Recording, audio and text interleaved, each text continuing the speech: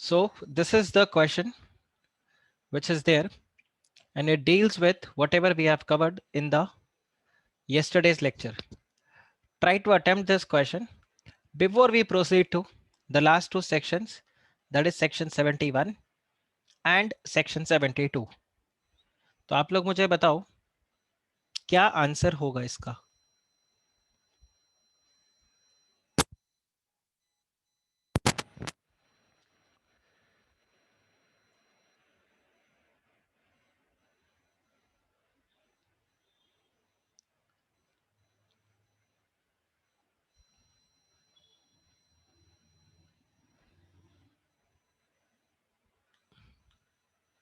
क्या आंसर होगा आपका इसका. ये एक आपके लिए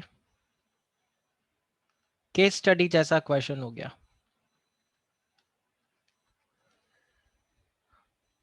वैसे ये आपके सीए इंटरमीडिएट में पूछा नहीं गया है. ये क्वेश्चन है फ्रॉम सीएस फाइनल. उनको भी बायबैक है. एक चैप्टर है उनका फाइनेंशियल रीस्ट्रक्चरिंग, उसके अंदर एक पोर्शन है बायबैक, और वहां पर यह क्वेश्चन था. तो मैंने सोचा क्यों ना ये क्वेश्चन आप लोगों से करवाया जाए और देखा जाए कि क्या आप लोग इस क्वेश्चन को आंसर कर सकते हो या नहीं. क्योंकि इस टाइप का क्वेश्चन आपके पेपर में भी आ सकता है. तो बताइए, इज इट इन योर बस, कैन यू सॉल्व इट. आप चाहो तो गिव अप भी कर सकते हो. कोई ऐसे मैंडेटरी नहीं है कि आंसर करना ही है. गिव अप करना चाहो तो गिव अप भी कर सकते हो. बस कमेंट सेक्शन पे लिख देना सर आई गिव अप. फिर इसका आंसर मैं बता दूंगा.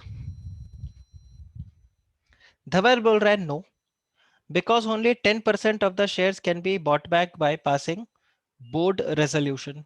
ओके धवल, एक बार फिर से आप क्वेश्चन को पढ़ो. क्या क्वेश्चन बोर्ड रेजोल्यूशन के ऊपर है? क्या कंपनी सिर्फ बोर्ड रेजोल्यूशन पास कर रहा है, या company is planning to hold an extraordinary general meeting, which is a meeting of the members of the company, in which, of course, they are going to pass a special resolution. But like we know, to pass special resolution, first is you pass the board resolution and then you go for the special resolution.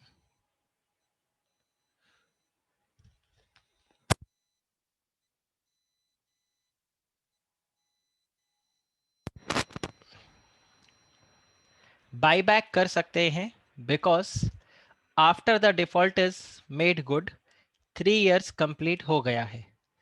Yash answer कर रहा है allowed होगा. By the way ये answer निधि ने किया था.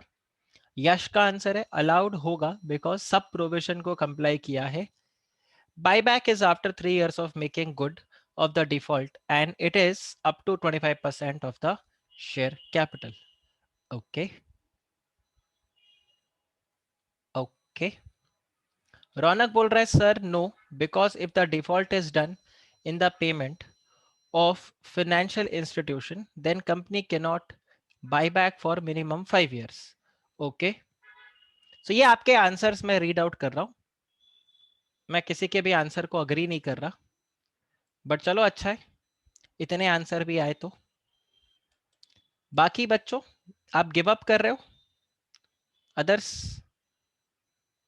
अगर आपके पास आंसर नहीं है तो आपको लिखना होगा give up. Sir I give up. जलील करो अपने आप को. Sir I have not studied, I have not revised, hence I give up. Come on, either answer or give up. Sir क्या आप पीछे पड़ गए हो गिव अप के? भाई तो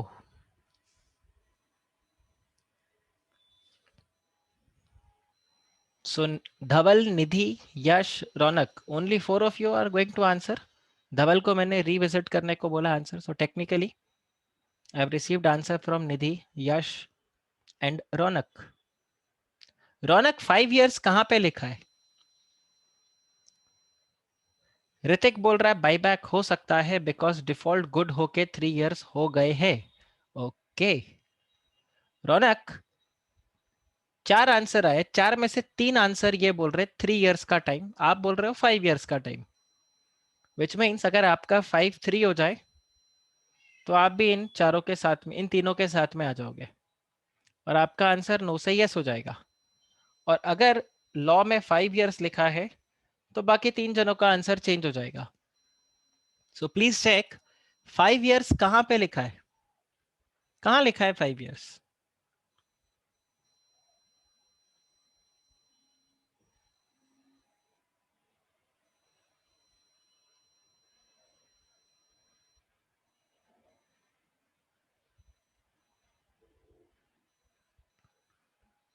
अच्छा, रौनक कंफ्यूज हो गए बिकॉज ऑफ डीवीआर.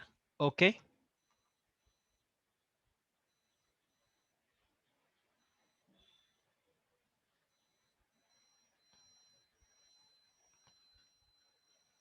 तो आप भी आंसर को 3 इयर्स करते हो?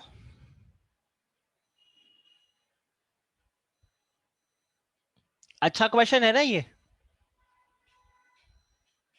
आप बताओ अच्छा क्वेश्चन है कि नहीं है ये?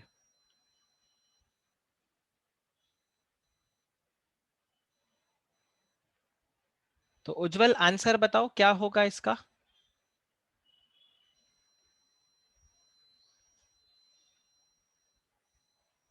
सोच रहा हूं.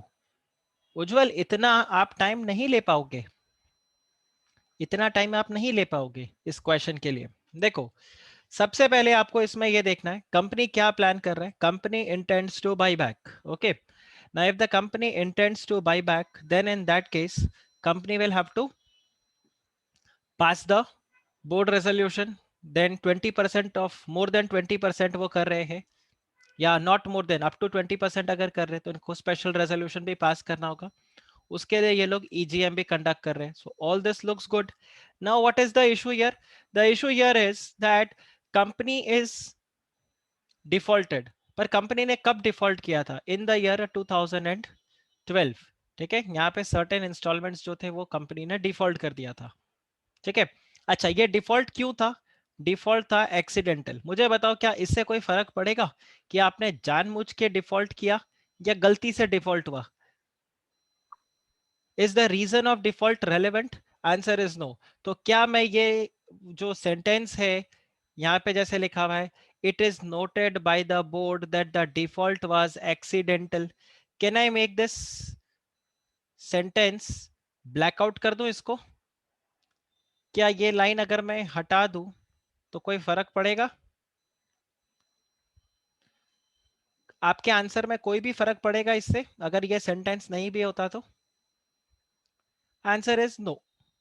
सर कोई फर्क नहीं पड़ेगा बिकॉज ये सेंटेंस का कोई रेलेवेंस ही नहीं है. हाँ इसमें जो रेलेवेंट पॉइंट है सर वो ये वाला पार्ट है. क्या? कि सर ये जो डिफॉल्ट है this default has been made good. ये सेंटेंस हमारे काम का है that the default has been made good by July 2013. तो जुलाई 2013 में आपने 2012 में डिफॉल्ट किया और जुलाई 2013 में आपने डिफॉल्ट को ठीक कर दिया. तो जुलाई 2013 से 3 साल तक आप बाईबैक नहीं कर सकते, 3 साल के बाद आप बाईबैक कर सकते हो. सो फ्रॉम जुलाई 2013 3 इयर्स कब खत्म होगा आपका? 3 इयर्स का टाइम पीरियड कब खत्म होगा? जुलाई 2013 से 1 साल आपका लगेगा जून 2014. फिर आपका जून 2015 और फिर आपका जून 2016. यहां तक आप बाईबैक नहीं कर सकते, इसके बाद में आप बाईबैक कर सकते हो. अच्छा आप ये देखो सेक्शन 70 में हमने देखा था 3 इयर्स, 3 फाइनेंशियल ईयर्स है कि 3 इयर्स है? 3 इयर्स है। फाइनेंशियल ईयर होता तो फिर सर थोड़ा सा कैलकुलेशन बिगड़ सकता था। After such default ceases to subsist, so आप ये देखो यहाँ पे ये हो गया आपका 3 साल का टाइम पीरियड। इसके बाद में अगर आप बाईबैक करना चाहते हो तो आप एलिजिबल हो। So from here onwards you are eligible, यहां तक इनएलिजिबिलिटी है। तो अब आप बाईबैक कब करना चाहते हो? सर 17 अक्टूबर 2016, तो 17 अक्टूबर तो यहां पर आ गया, अक्टूबर 2016। तो क्या आप बाईबैक कर सकते हो? Answer is yes. बताइए, इज इट इजी और इज इट डिफिकल्ट? अच्छा क्वेश्चन है, एकदम simple straight forward question, straight forward question, बस खाली आपको फैक्ट्स को दिमाग में लेके आना है। आप मुझे बताओ इसका आप आंसर कैसे लिखोगे? आप सबसे पहले यहां पर बताओगे what are the provisions of section 70, जिसमें आप बताओगे सेक्शन 70 बोलता है कि there will be no buyback अगर आपने डिफॉल्ट किया है और उसके बाद में 3 इयर्स का कूलिंग पीरियड, करेक्ट? तो ये आप प्रोविजन समझाओ। सेकेंड पॉइंट में आप ये बताओ, डेट वाइज पूरा क्रोनोलॉजी समझा दो कि देखो डिफॉल्ट हुआ था 2012 में, ठीक है, और उसको आपने ठीक कर दिया था इन जुलाई 2013।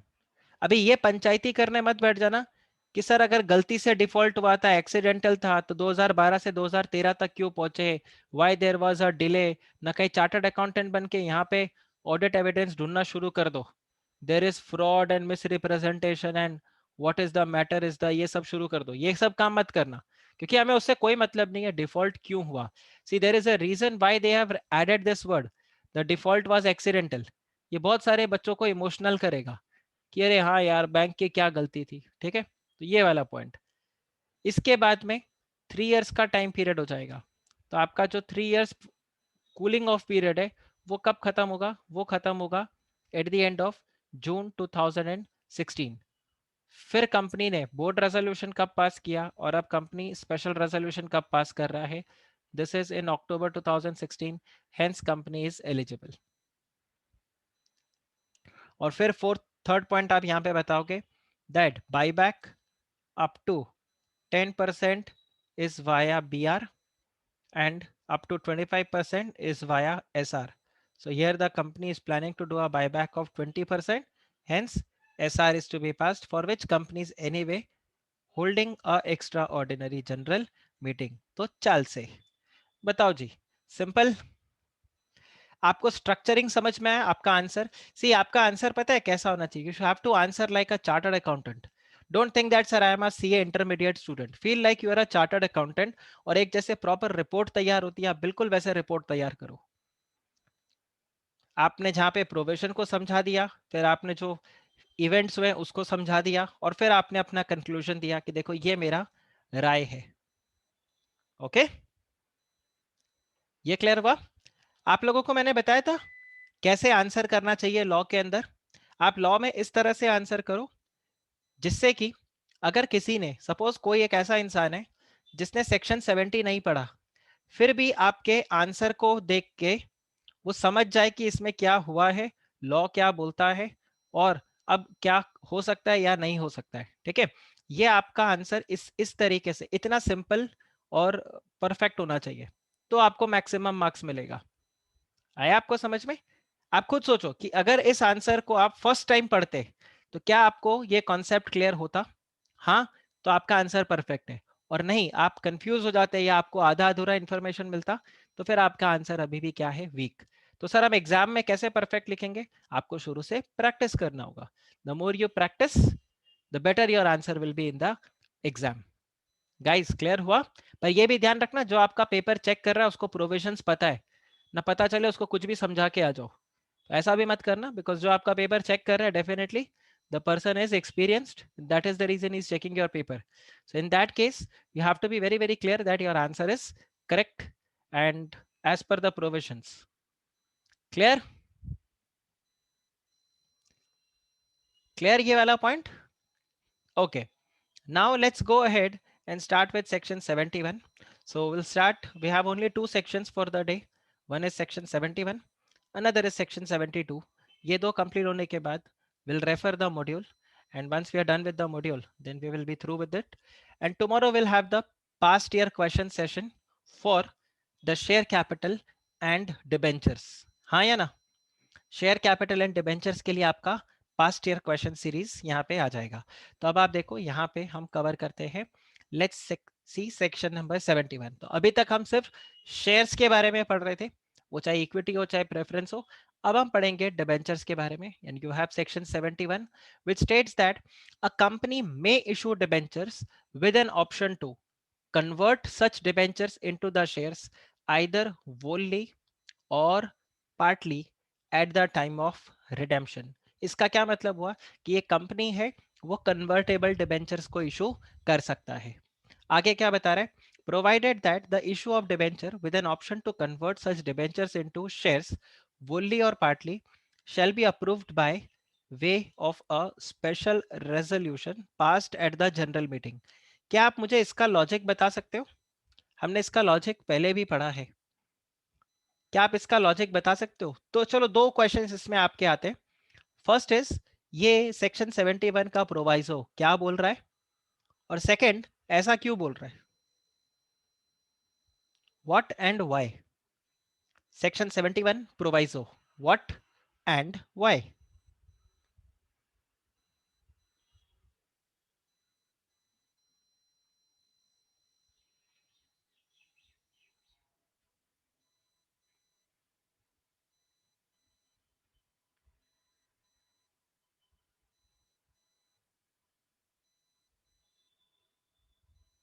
बताइए।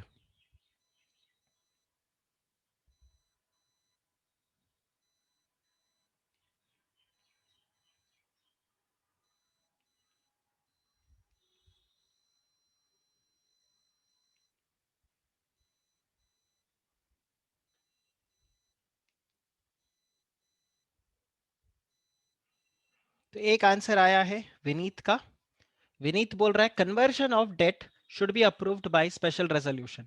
Okay, when when should the special resolution be passed? And secondly, why you need a special resolution?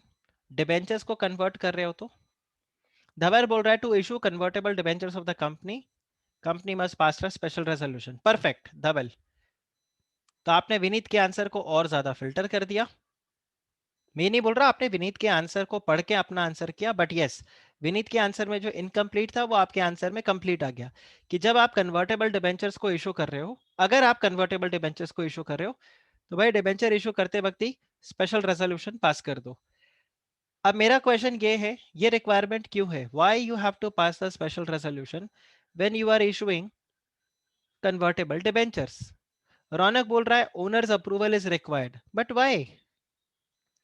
अच्छा, अगर कन्वर्टेबल डिबेंचर्स नहीं है तो क्या तब भी स्पेशल रेजोल्यूशन चाहिए होगा? If it is not a convertible debenture, it's a redeemable debenture, क्या तब भी आपको स्पेशल रेजोल्यूशन पास करना होगा, या सिर्फ कन्वर्टेबल डिबेंचर्स में ही पास करना होगा? If the company is issuing debentures which is not convertible, it is a redeemable debentures, do you still require special resolution? धवल बोल रहा है as it will change the voting rights। Vineet answer कर रहा है सिर्फ कन्वर्टेबल। निधि ने आंसर किया है no, which I suppose Vineet का और निधि का दोनों का आंसर सेम है कि अगर कन्वर्टेबल डिबेंचर्स नहीं है, if it's a redeemable debenture then no need of SR. तो रौनक फिर वहां पर आप बताओ, ओनर्स अप्रूवल तब क्यों नहीं चाहिए आपको? एक आंसर धवल ने किया है as it will change the voting rights, okay, as it will change the voting rights. आप देखो एक सिंपल सा पॉइंट मैं आपको बताता हूं, एक आपको बिल्कुल सिंपल सा पॉइंट मैं यहाँ पे बताता हूँ, और वो ये है, अगर आपको याद हो मैंने बहुत पहले आप लोगों को एक प्रोविजन बताया था that whenever the company is going to issue shares, further shares are going to be issued, If it is a right issue, then it's a separate thing. Otherwise, company will have to pass the special resolution. SR पास करना ही होगा. चाहे sweat equity में आप shares issue करो, SR. ESOP issue करो, SR. Private placement, SR. Preferential allotment, SR. Convertible preference shares, SR. Convertible debentures, SR. याद आ रहा है? क्या आपको ये पॉइंट याद आ रहा है? याद है? और इसका लॉजिक क्या था?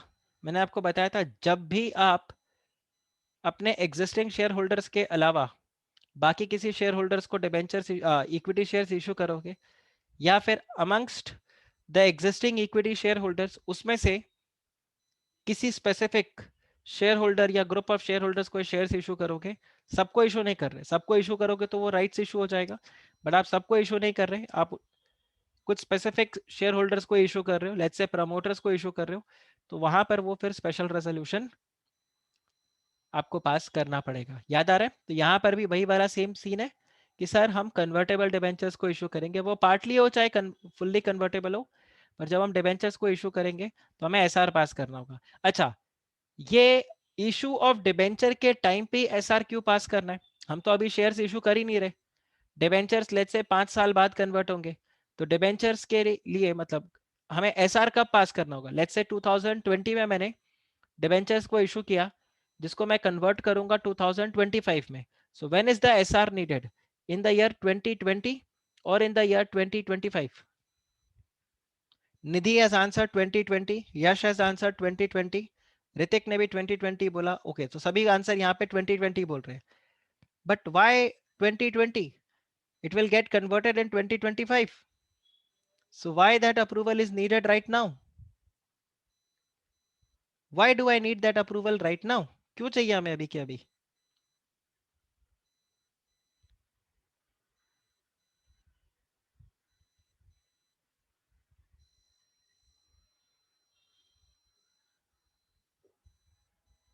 क्यों चाहिए ये अप्रूवल अभी?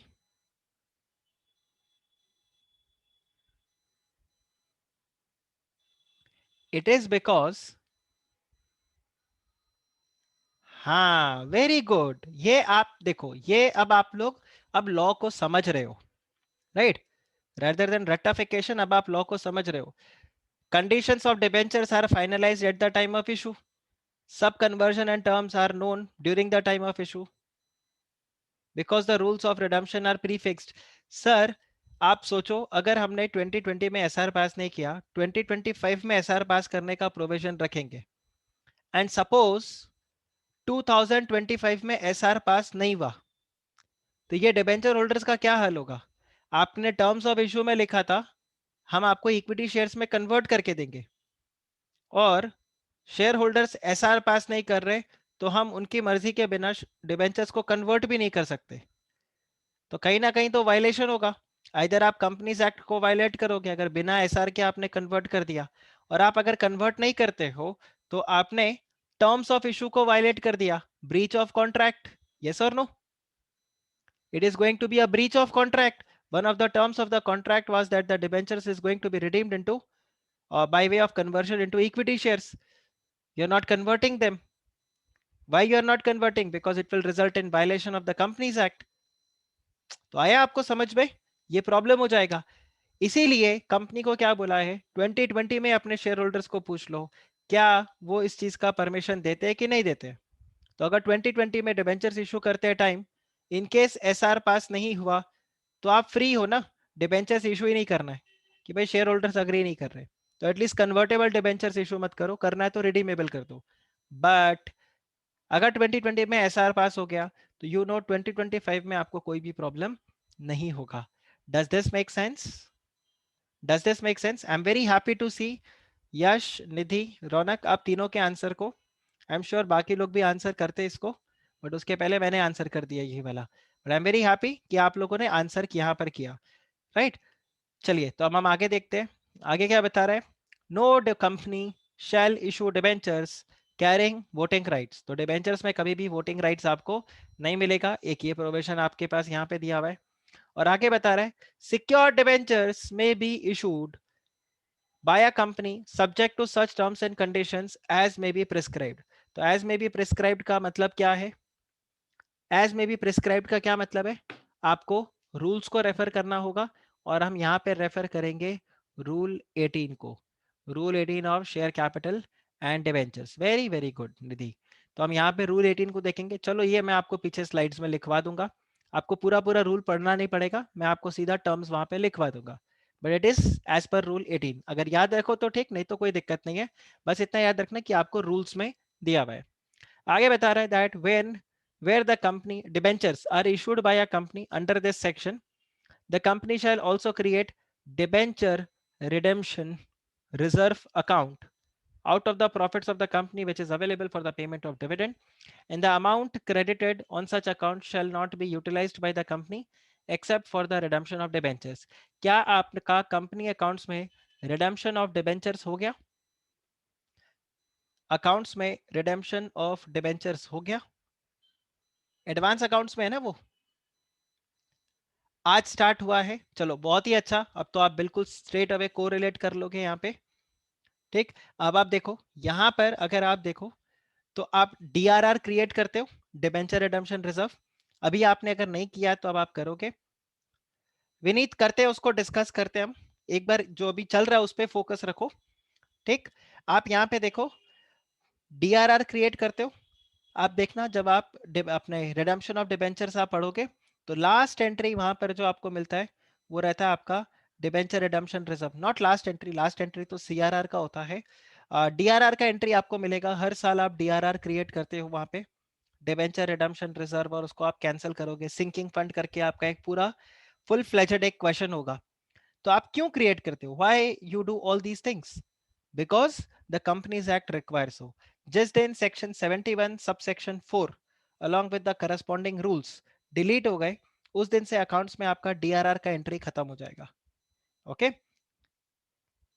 ये समझा आपको? Right, okay. देखो मैं आपको बताता हूं, ये चीज कभी अकाउंट्स पढ़ते वक्त हमारे दिमाग में नहीं आता कि हम ऐसा क्यों करते हैं, वाई वी डू दिस। कि हमें पता है ये जर्नल एंट्री पास करना है, ठीक है, हम सीधा जर्नल एंट्री पास करना, और ये सब डेबिट वर्ड कम्स इन, वो क्रेडिट वर्ड गोज आउट, यही सब हम अपना डेबिट क्रेडिट जो रहता है, या टू या बाय, अगर हम जर्नल बना रहे हैं तो, ये लेजर अगर बना रहे हैं तो टू और बाय, हम खाली उस पर फोकस कर जाते हैं। लेकिन अब आप एक चार्टर्ड अकाउंटेंट अगर बनोगे तो you should have a clear cut idea that ये क्यों करना है। तो कल को डीआरआर का रिक्वायरमेंट कंपनीज एक्ट से हट गया तो आप परेशान नहीं होगे कि यार अभी भी डीआरआर का एंट्री पास करना जरूरी है। क्यों बोला? नहीं, क्योंकि बचपन में पढ़ा था हमने। राइट, कंपनीज एक्ट में जैसे मैंने आपको सीआरआर का रिक्वायरमेंट बताया था, 1956 एक्ट में कुछ और था, 2013 में कुछ और रिक्वायरमेंट हो गया। हो सकता है आने वाले टाइम में अमेंडमेंट होकर कुछ और हो जाए, तो कोई दिक्कत नहीं। वैसे भी डीआरआर के अंदर भारत में बहुत सारे चेंजेस आए हैं, ठीक है, तो आपको ये ध्यान रखना है। आगे देखिए, no company shall issue a prospectus, okay, और मेक एन ऑफर और इन्विटेशन टू द पब्लिक और to its member exceeding 500 of the subscription for the subscription of the debentures unless the company has before such issue or offer appointed one or more debenture trustees, and the conditions governing the appointment of such trustees shall as may be prescribed। तो यहां पर भी हमें किसको refer करना है? Rules को। इसका क्या इंटरप्रिटेशन है? इसका क्या इंटरप्रिटेशन है? क्या करना है, मतलब कुछ ना कुछ तो यहाँ पे बात हो रहा है डिबेंचर ट्रस्टीज को अपॉइंट करने का। We are talking about the appointment of one or more debenture trustees, but when you have to appoint, when you have to appoint debenture trustee, आपको डिबेंचर ट्रस्टी को कब अपॉइंट करना है?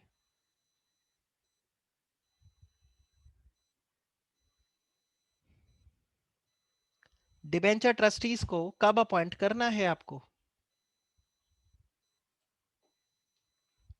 जब debenture subscribe करने वाले, जो आपके डिबेंचर होल्डर्स हैं, वो 500 को एक्सीड कर जाते हैं। अगर वो 500 को एक्सीड कर जाएंगे तो आपको डिबेंचर ट्रस्टी को अपॉइंट करना होगा। अच्छा, आप मुझे एक बात बताओ, क्या ये फर्क पड़ता है कि ये 500 डिबेंचर होल्डर्स कितना डिबेंचर होल्ड करते हैं, क्या अमाउंट का डिबेंचर होल्ड करते हैं? मैं बोलता हूं मेरे पास 800 डिबेंचर होल्डर्स है, all of them are holding only one debenture of rupees 100 each. तो टोटल 80,000 के डिबेंचर्स मैंने इशू किए हैं. Do I need to appoint a debenture trustee? Do I need to appoint a debenture trustee? Dhaval answer कर रहा है no. एक बार आप फिर से पढ़ो. No company shall issue prospectus और मेक एन ऑफर और इन्विटेशन टू द पब्लिक और टू इट्स मेंबर. यहां पर क्या है? Exceeding 500 for the subscription of debentures unless the company has.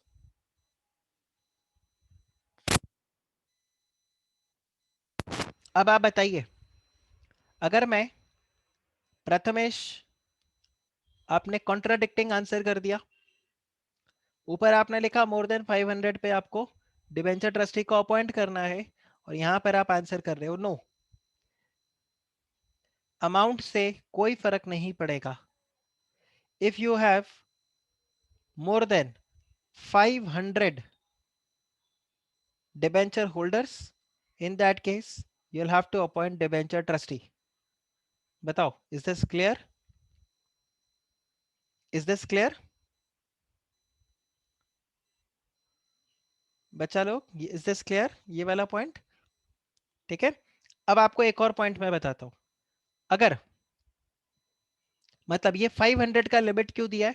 क्योंकि बहुत सारे डिबेंचर होल्डर्स हो जाएंगे. करेंगे Vineet, what is the role of debenture trustee? ये आपका एक एग्जाम क्वेश्चन बन सकता है. मैं अलग से आपको लिखवाऊंगा. रूल्स में क्लियरली स्पेसिफाइड है. Rules clearly specify what is the role of debenture trustee, how the debenture trustee will be appointed, who can be a debenture trustee. ये पूरा का पूरा कारनामा हम करेंगे. अब देखो, ये हो सकता है 500 की बजाय 100 भी हो जाता, 50 भी हो जाता, 200 हो जाता, 250 हो जाता, 1000 हो जाता. बट कंपनी लॉ जिन्होंने ड्राफ्ट किया, लॉ मेकर्स के दिमाग में क्या था कि कहीं ना कहीं एक अमाउंट हमें आकर सेट करना है. तो उनको लगा 500 is a reasonable amount. So up to 500 debenture holders अगर आपके पास है, then there is no problem. Company खुद ही मैनेज कर सकती है. लेकिन 500 से ज्यादा डिबेंचर होल्डर्स है तो आपको क्या करना होगा? You will have to appoint a debenture trustee, and that debenture trustee is going to ensure the rights of the debenture holders are not breached. उसमें कोई प्रॉब्लम नहीं हो, सब कुछ यहाँ पर सही रहे. ठीक है. अभी हम डिस्कस करेंगे उनके रोल के बारे में डिटेल में, बट ब्रॉडली ये हमारा प्रोविजन रहेगा. Is this clear? Is this point clear? अब आगे यहाँ पे बताया हुआ है, a debenture trustee shall take steps to protect the rights of the debenture holders and also redress the grievances in accordance with such rules. तो यहाँ पर फिर हमें रूल 18 को ही रेफर करना है. बाय द वे आप याद रखना, section 71 is to be read with rule 18 और फिर रूल 18 के अंदर सब रूल्स आपको मिल जाएंगे. जैसे ये आपको रूल 18 सब रूल 1 में आपको मिलेगा, फिर 2 3 4 इस तरह से करके आगे आता है. आगे आपको बताया है a provision contained in the trust deed for securing the issue of debentures or any contract with the debenture holders shall be secured by the trust deed shall be void. Secured by the trust deed shall be void. Okay. In so far as it would have the effect of exempting a trustee thereof from or indemnifying him any liability for the breach of trust where he fails to show a degree of care and diligence required to him as trustee, having regard to the provisions of the trust deed conferring him any power, authority और discretion. इसका क्या मतलब हुआ? देखो, आपको debenture trustee को appoint करना है. अब डिबेंचर ट्रस्टी का काम क्या है? उसका काम है to protect the interest of the debenture holders. ठीक है ना. और उसको यहाँ पर शैल वर्ड बोला है, मतलब ये उसके ऊपर एक मैंडेटरी, डिबेंचर ट्रस्टीज के ऊपर एक मैंडेटरी प्रोविजन डाल दिया कि you have to take steps to protect the interest of the debenture holders. अब अगर ऐसा डिबेंचर होल्डर नहीं करता, ठीक है, he does not show the degree of care and due diligence, मतलब वो अलर्ट नहीं है, वो नेग्लिजेंट है, ठीक है, इन दैट केस अगर डिबेंचर होल्डर्स को कोई नुकसान होता है तो उसके लिए कौन इंडेमनीफाई करेगा? Who is going to indemnify the debenture holders? Who is going to basically make good such losses it is the debenture trustee. मतलब एक तरीके से डिबेंचर ट्रस्टी के ऊपर आप क्या कर रहे हो, एक तरीके से लाइबिलिटी सेट कर रहे हो। अब आप क्या करते हो, ट्रस्ट डीड। ट्रस्ट डीड क्या होता है? Trust deed is the document जिसके तहत आप डिबेंचर ट्रस्टी को अपॉइंट करते हो, उसके राइट्स ऑब्लिगेशन सब उसमें रहते हैं। सो this is basically an agreement between the, okay, this is an agreement between the company, debenture holders and the trustee. ठीक है, ये एक तरीके का इन तीनों के बीच का अग्रीमेंट होता है। मतलब कंपनी ट्रस्टी को अपॉइंट करती है, डिबेंचर होल्डर्स के लिए अपॉइंट करती है, डिबेंचर होल्डर्स बेनिफिशियरी हो गए। आई होप आपको कॉन्ट्रैक्ट एक्ट फाउंडेशन का याद होगा, beneficiary, right, third party to a contract, याद आ रहा है? Third party to the contract आपने पढ़ा होगा, राइट? तो यहां पर इस तरीके से ये आपका ट्रिप्लिकेट कॉन्ट्रैक्ट हो गया। अब इस कॉन्ट्रैक्ट के अंदर आप कोई भी जो ट्रस्ट डीड है, उस ट्रस्ट डीड के अंदर आप ऐसा कोई भी टर्म नहीं लिख सकते कि ट्रस्टी की कोई रिस्पॉन्सिबिलिटी नहीं है। ट्रस्टी को अपॉइंट तो कर दिया है, हाँ वो ध्यान वगैरह रख लेगा, बिल्कुल बराबर है, पर कल को कोई नुकसान हो जाए तो मेरी कोई गारंटी वारंटी नहीं है। आप इस तरह का अगर कोई भी प्रोविजन ट्रस्ट डीड में डालोगे तो वहां पर क्या होगा, ये प्रोविजन वॉइड हो जाएगा। ओके,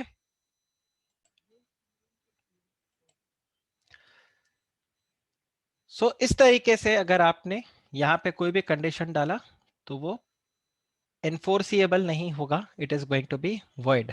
आगे बताया हुआ है that the liability of the debenture trustee shall be subject to such exemptions। यहां पर क्या बताया हुआ है, देखो ये तो बोल रहा है कि देखो आप डिबेंचर ट्रस्टी को 100% लाइबल करो, पकड़ो उसको, पीटो उसको अच्छे से, पैसा वसूलो उसको, बोलो तेरी जरूरत, मतलब तेरी नौकरी थी, तेरा काम ये था कि डिबेंचर होल्डर्स के राइट्स को आप ध्यान रखोगे, आपने नहीं किया तो अब आप भुगतो, और जितना भी लॉस हो रहा है सब आप भुग यहाँ पे इंडेमनीफाई करो। इंडेमनीफाई करना मतलब जो लॉसेस हुए हैं उसको आप make the loss good. But proviso बोल रहा है कि देखो हम इस डिबेंचर ट्रस्टी को एग्जाम्शन दे सकते हैं, और एग्जाम्शन कब देंगे, जब majority of the debenture holders holding not less than 3/4 in value of the debentures held for the meeting, अगर वो क्या कर जाते हैं, अग्री।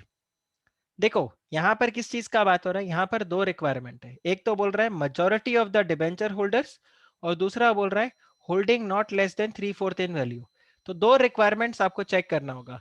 मतलब जो डिबेंचर होल्डर्स बोल रहे हैं कि अच्छा चलो ठीक है यार, ट्रस्टी पे इतना जाते मत करो, उसको माफ कर दो, ऐसे कौन होना चाहिए, जो लोग बोल रहे हैं कि चलो डिबेंचर होल्डर डिबेंचर ट्रस्टी को फ्री कर दो, उसके ऊपर लाइबिलिटी मत डालो, दो should be majority number, and जो लोग अग्री कर रहे हैं उनके पास 3/4 इन वैल्यू भी होना चाहिए। देखो अगर इसका मैं आपको एक सिंपल एग्जांपल यहाँ पे दूं, तो आप लोग एक काम करना, इसको स्क्रीनशॉट ले लेना, ठीक है, मैं यहाँ पे समझा देता हूँ फिर आप स्क्रीनशॉट ले लेना। लेट्स से मैं आपको बोलता हूँ there are total number of debenture holders, कितने डिबेंचर होल्डर्स है, लेट्स से 50,000 डिबेंचर होल्डर्स है, ठीक है, और what is the value of debentures, ये जो होल्ड कर रहे हैं, वैल्यू ऑफ डिबेंचर्स है लेट्स से 1 करोड़, ठीक है। तो कितने डिबेंचर होल्डर्स, मतलब अगर आपको एग्जाम्शन देना है तो what is the requisite needed, if you have to give the exemption what is the requisite which is needed. तो यहां पर दो रिक्वायरमेंट है, one is what, one is majority in number, correct, plus representing 3/4 in value, correct. तो यहां पर आप क्या बोलोगे, कितने नंबर्स है, 50,000 है, तो नंबर ऑफ डिबेंचर होल्डर्स, और यहां पर मैं लिख देता हूं उनका वैल्यू, और आप मुझे बताओगे इन अलग अलग सिचुएशंस में क्या debenture holder debenture trustee exempt होगा या नहीं होगा। मैं आपको बोलता हूं यहां पे let's say 30,000 debenture holders holding 60 lakh rupees का डिबेंचर्स, क्या एग्जाम्शन दे दिया जाएगा, एग्जाम्शन टू ट्रस्टी मिलेगा। एग्जेम्पशन टू द ट्रस्टी, क्या एग्जेम्पशन मिलेगा उसको? No, very very good. Why? क्या नहीं मीट किया यहां पे? In value. ठीक है, वेरी गुड। तो अब मतलब फर्दर एग्जांपल्स करवाना बेकार है, आप लोग समझ गए हो, समझदार बच्चे हो गए हो। देखो पढ़ाया किसने है आपको? पढ़ाने वाले का बहुत बड़ा रोल होता है। चलिए यहां पर अगला एग्जाम्पल मैं बोलता हूं, 20,000 debenture holders holding debentures of 80 lakh rupees, क्या चलेगा? Answer is again no. Why?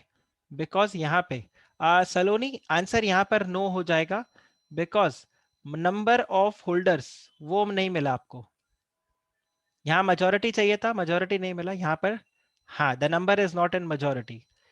तो अब थर्ड रिक्वायरमेंट आ जाता है, जिसमें मैं बोलता हूं let's say 40,000 debenture holders holding 75 lakh, चलेगा? Answer is yes. ओके, तो आपको डुअल रिक्वायरमेंट यहां पे चेक करना है। और डुअल रिक्वायरमेंट आप कैसे चेक करोगे? डुअल रिक्वायरमेंट चेक करने का सिंपल तरीका ये है, जितने नंबर ऑफ डिबेंचर होल्डर्स हो ना, उसका आप मेजोरिटी ले लो। अब कैसे लोगे देखो, 50,000 डिबेंचर होल्डर्स है, ये 59 लगेगा, तो ये कॉमा को हटा देता हूं मैं एक बार। 50,000 डिबेंचर होल्डर्स है, इसका आप कर दो 50%, तो ये कितना हो गया? 25,000। अब यहाँ पे +1 कर दो, तो आ गया आपके पास majority. So 25,001, this is the minimum majority needed. इससे ज्यादा हो तो चलेगा, पर इससे कम नहीं होना चाहिए। और 3/4 इन वैल्यू, ये तो बड़ा ही सिंपल है। आप यहाँ पे लोगे 100 lakhs विच इज 1 करोड़, इसका स्ट्रेट अवे 3/4, तो ये हो गया आपके पास 75 lakhs। तो जो डिबेंचर होल्डर्स अग्री कर रहे हैं, आपको चेक करना होगा क्या वो 25,000 एक या उससे ज्यादा है, या टेक्निकली आप ये देख लो मोर देन 25,000 है। और दूसरा, उन डिबेंचर होल्डर्स के पास 75 लाख रुपीस का डिबेंचर्स होना चाहिए। दोनों रिक्वायरमेंट अगर फुलफिल होगा, तो जाकर आप क्या बोलोगे? Exemption will be available, otherwise the exemption will not be available. यहां पर दोनों हो गया, इसलिए अलाउ कर दिया। यहां पर इधर लोचा हो गया और यहां पे इधर लोचा हो गया। सॉर्टेड? इफ सॉर्टेड, तो इसका आप ले लो स्क्रीनशॉट, क्योंकि ये पावर पॉइंट प्रेजेंटेशन के अंदर आपको नहीं मिलेगा। Please take a screenshot of this.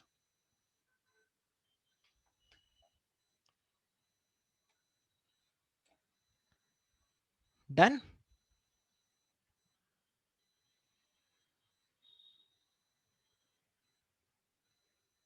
Is this done?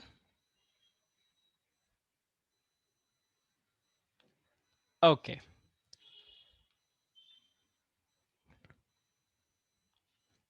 चलिए आगे बढ़ते हैं।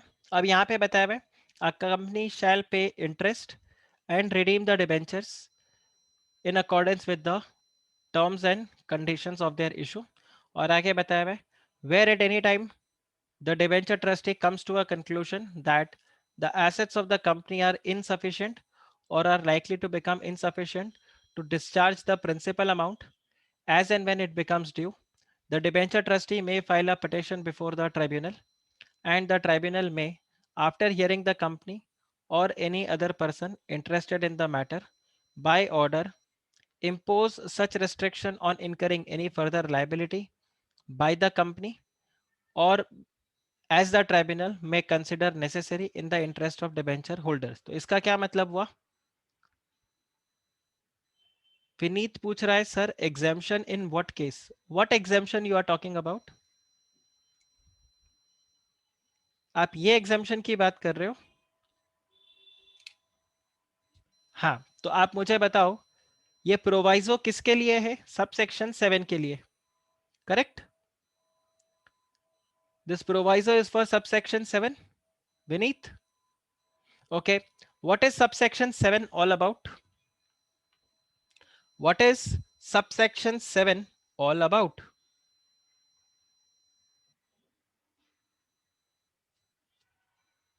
उसी का एग्जाम्पशन सबसेक्शन 7 बोलता है दैट डिबेंचर ट्रस्टी जो होगा वो यहां पे लायबल हो जाएगा, राइट? और यहां पर बोल रहा है चलो भाई उसको माफ कर देते हैं, ठीक है? Okay, very good. चलिए लेट्स गो हेड। तो ये वाला आप आ जाता है अपना सबसेक्शन 9। सबसेक्शन 9 में आपको बोला जा रहा है यहाँ पे कि जो डिबेंचर ट्रस्टी है, when it comes to the conclusion, मतलब जब भी डिबेंचर ट्रस्टी को ऐसा लग रहा है कि यार ये जो एसेट्स हैं ये कंपनी के पूरे नहीं पड़ने वाले, या फिर कंपनी के एसेट्स जो है वो कम हो गए किसी भी तरीके से, अगर उसको लग रहा है कि there is going to be a problem जिससे कि कंपनी रिडीम नहीं कर पाएगा डिबेंचर्स को, कुछ भी इस तरह से नुकसान होगा, तो कंपनी क्या कर सकता है यहाँ पे? Company can, the debenture trustee can go to the tribunal NCLT, और एनसीएलटी को जाकर बोलेगा कि देख लो भाई, मुझे अपॉइंट किया गया था डिबेंचर होल्डर्स के प्रोटेक्शन के लिए, ये देखो यहाँ पर बताया हुआ है, safe guard their interest and all, right? तो मुझे बोला गया था, अब मुझे लग नहीं रहा है कि कंपनी के पास इतना पैसा है कि कंपनी अपने डिबेंचर्स को टाइमली रिडीम कर पाएगा, और डेफिनेटली ये कंपनी आगे जाके डिफॉल्ट करने वाला है। सो आप खुद देख लो क्या करना चाहिए, कंपनी के ऊपर रेस्ट्रिक्शंस लगा दो जिससे कि फर्दर यहाँ पर कंपनी के जो वैल्यू है वो इरोड नहीं हो, राइट? या जो कुछ भी ट्राइब्यूनल आपको सही लगता है आप देख लो, तो उसके बाद ट्राइब्यूनल जो ऑर्डर पास करेगा that will become binding on the debenture, basically on the company. Okay, right? तो डिबेंचर ट्रस्टी ट्राइब्यूनल के पास कब जाएगा? दो सिचुएशंस में, एक या तो कंपनी के एसेट्स अभी इनसफिशिएंट हो चुके हैं, और दूसरा सिचुएशन क्या है? इज लाइकली टू बिकम, ऐसा लग रहा है कि ऐसा हो जाएगा, ठीक है? अब लगने में तो कोई बुराई है नहीं, लग सकता है भाई, ठीक है, पर हाँ ट्रस्टी को जाकर कोर्ट में प्रूव करना पड़ेगा, ट्राइब्यूनल में जाकर प्रूव करना पड़ेगा that tribunal, your lordship, this is the reason why I feel so, ठीक है, कि कंपनी के लगातार लॉसेस हो रहे हैं, ये हो रहा है वो हो रहा है, तो आपको जो भी रीजन होगा वो आपको ट्राइब्यूनल को जाकर बताना पड़ेगा। ओके, चलिए आगे देखो। तो यहां पर आके आपका ये देखो, ये आपका यहाँ पे सेक्शन 71 कंप्लीट हो गया, ठीक है? अब सेक्शन 71 आपका कंप्लीट तो हुआ है, बट अब हमें यहाँ पर और भी बहुत सारी चीजों को डिस्कस करना है, specially with respect to your conditions for debentures issue, convertible secure debentures को जब आप इशू करोगे तो क्या कंडीशंस होंगे, प्लस आपको यहाँ पर ये भी पढ़ना होगा कि ट्रस्टीज को हम कैसे अपॉइंट करेंगे, क्या राइट्स रहेगा, ऑल दोस थिंग्स। तो हम यहाँ पर सबसे पहले कवर करते हैं what are the conditions for issue of secured debentures, ठीक है? Conditions for the issue of secured debentures. आप देखो क्या आपके मॉड्यूल में ये है कंडीशंस? क्या आपके यहाँ पे डिबेंच कंडीशंस हैं? अब देखो सबसे पहला कंडीशन क्या है कि ये जो डिबेंचर्स होंगे, these debentures are to be redeemed, okay, within 10 years from the date of issue, ठीक है? तो इनका जो रिडम्पशन होगा, redemption within maximum 10 years from the date of issue, okay? पहला कंडीशन तो ये है। दूसरा कंडीशन यहां पर आपको क्या बताया हुआ है? अब ऑब्वियस सा बात है, अगर आप एक सिक्योर डिबेंचर्स को इशू कर रहे हो तो उसको सिक्योर कैसे करके रखोगे आप? How will you make sure that the debenture is secured? आप बताओ। Forget the rule, charge on the assets. Correct, Vineet ने करेक्ट बताया। देखो कोई ना कोई चीज आपके पास गिरवी होनी चाहिए ना, कोई ना कोई चीज आप गिरवी रखते हो। आपने कई बार मूवीज वगैरह में देखा होगा, घर के कागजात गिरवी रख देते हैं, करेक्ट? कि मैं लोन ले रहा हूँ, घर के कागजात आपके पास है कि कल को अगर मैं लोन रिपे नहीं कर पाया, मूवीज में आपने देखा है कई बार वो बताता है यार घर के पेपर्स भी गिरवी रख दिए मैंने, अगर नुकसान हो गया तो भाई रोड पे आ जाएंगे, राइट? तो ये वाला सीन है मॉर्टगेज, करेक्ट? तो charge, charge is again a broad term जिसमें मॉर्टगेज, हाइपोथेटिकेशन ये सब आ जाएगा। तो ये जो सिक्योर्ड डिबेंचर्स है, these should be secured by the creation of charge, okay, and charge on the assets of the company। Company के जो एसेट्स है उसके ऊपर आप चार्ज क्रिएट करोगे। आप अगर चाहो तो चार्ज आप अपने होल्डिंग कंपनी के एसेट्स के ऊपर भी कर सकते हो। आप चाहो तो ये चार्ज आप अपने सब्सिडरी कंपनी के एसेट्स पे भी कर सकते हो, और आप चाहो तो आप अपने एसोसिएट कंपनी के एसेट्स में भी चार्ज क्रिएट कर सकते हो। पर किसी भी तरीके से आपको सिक्योर करना होगा, डिबेंचर होल्डर्स को एक अश्योरिटी देना होगा that boss your debentures are fully secured, right? फिर देखिए नेक्स्ट पॉइंट आपके पास यहां पर क्या आ जाता है कि अगर ये डिबेंचर्स को आपने इशू किया है, ठीक है, तो सिक्योरिटी के लिए आपको यहां पर क्या करना होगा, एक ट्रस्टी को भी अपॉइंट करना पड़ेगा, right? So you will have to appoint a trustee, appoint a debenture trustee. अच्छा, ये डिबेंचर ट्रस्टी को आप कब अपॉइंट करोगे? देखो सिंपल सा अपॉइंट है, इसको आप अपॉइंट कर दोगे before, this debenture trustee is to be appointed before the issue, right? Is it before the issue of prospectus, rather before the issue of prospectus। तो आपको ये अपॉइंट यहां पर करना होगा, ठीक है?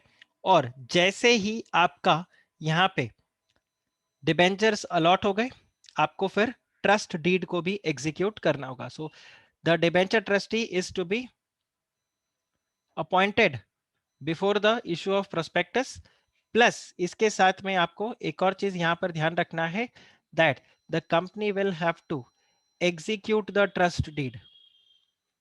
हमने देखा था, so execute the trust deed with in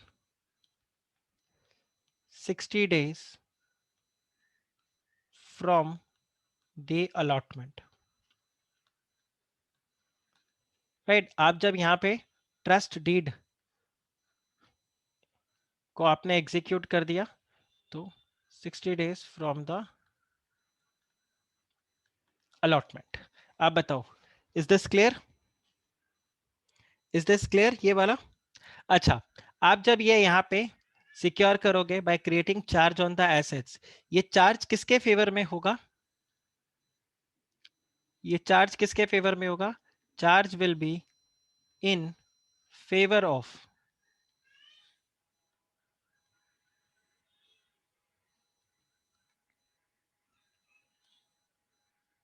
the trustee. Trustee के फेवर में आप क्या करोगे, यहाँ पे चार्ज को क्रिएट करोगे। Is this clear? Is this clear ये वाला पॉइंट, राइट? अच्छा, आपने इसको अपॉइंट करना है before the issue of prospectus also, है कि नहीं? अब आप देखो, जब आप प्रोस्पेक्टस को इशू करोगे तो उस प्रोस्पेक्टस के अंदर आपको क्या मेंशन करना पड़ेगा? आपके सारे डिबेंचर्स का नाम, right? So in the prospectus, correct, in the prospectus the company needs to mention the name of, mention the name of the trustee. कौन है आपका ये ट्रस्टी, उसके बारे में आप यहाँ पर पूरा डिटेल मेंशन करोगे। Plus it also has to be mention in all the communications notice sent to the debenture holders, in all the communication and, sorry, and notice to the debenture holders, तो आप debenture holders को जब भी आगे कोई communication करोगे, आप वहां पर पहले ही बता दोगे कि देखो ये हमारा डिबेंचर ट्रस्टी है। ऑल्सो आप डिबेंचर ट्रस्टी को अपॉइंट कर रहे हो, ठीक है। डीड तो आप कब एग्जीक्यूट करोगे? 60 दिनों के अंदर अंदर, आफ्टर द अलॉटमेंट। पर आप तो उसको प्रोस्पेक्टस इशू करने के पहले ही अपॉइंट कर रहे हो। अब कल को मैं सपोज करो ऋतिक को अपॉइंट कर दूं एज द डिबेंचर ट्रस्टी, और प्रोस्पेक्टस में उसका नाम भी लिख दूं। डिबेंचर्स मेरे अलॉट हो गए, विद इन 60 डेज मुझे डीड एग्जीक्यूट करना था। वाइल एग्जीक्यूटिंग डीड ऋतिक बोलता है no I am not interested. मुझे बताओ, मैं कुछ कर पाऊंगा? मैं कुछ कर पाऊंगा? एज अ कंपनी मैं यहाँ पे इस तरह से झोल भी कर सकता हूँ। मैं जबरदस्ती ऋतिक को बोल दूं देख ऋतिक अभी हाँ कर दे, बाद में ना कर देना। तो इसी के लिए यहाँ पर क्या बोला गया है कि you need to obtain the consent, okay, obtain a written consent. अब एक बार रिटर्न कंसेंट दे दिया और बाद में ऋतिक अगर मना कर रहा है कि नहीं यार मैं अपॉइंट नहीं करूंगा, मैं अपॉइंट नहीं होना चाहता, तो फिर मैं यहाँ पर आपको I can make you liable also, right. So obtain a written consent from the trustee. आप ट्रस्टी से क्या कर लो? रिटर्न कंसेंट ऑब्टेन कर लो that he is willing to appoint as the debenture trustee, right. Consent किस चीज का? That he is willing to be appointed as trustee. तो आप ये रिटर्न कंसेंट भी वहां पे उससे ले लोगे। आप बताइए क्या ये क्लियर हुआ आपको पॉइंट? गाइस ये पॉइंट क्लियर हुआ बच्चा लोग? ये क्लियर हुआ पॉइंट, राइट? ओके, तो ये हो गए आपके कंडीशंस फॉर द इशू। अब हम देखते हैं यहाँ पे जो अगला पॉइंट है वो सब किसके लिए है? For the debenture trustee. तो ये हो गया आपका सारे के सारे points for the debenture trustee. अब डिबेंचर ट्रस्टी के लिए क्या पॉइंट है कि कौन डिबेंचर ट्रस्टी बन सकता है? तो यहां पर लॉ आंसर करता है who can not be the debenture trustee, right.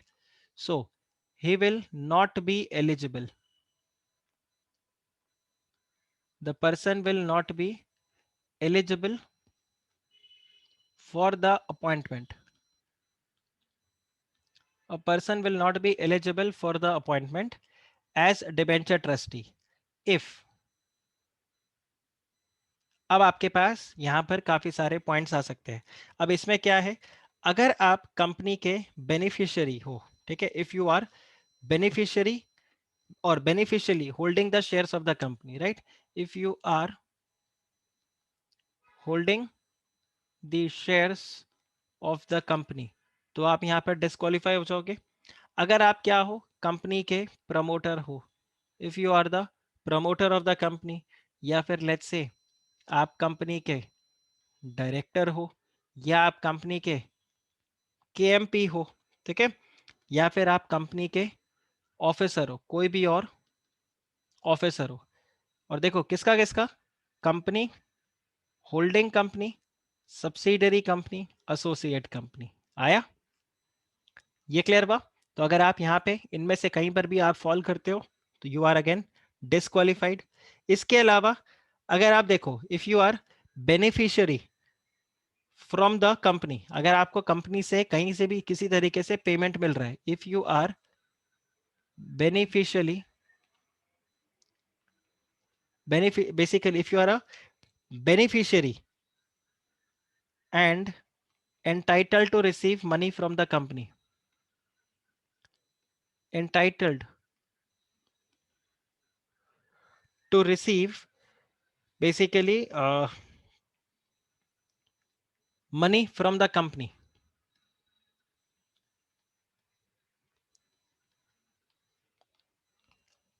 other than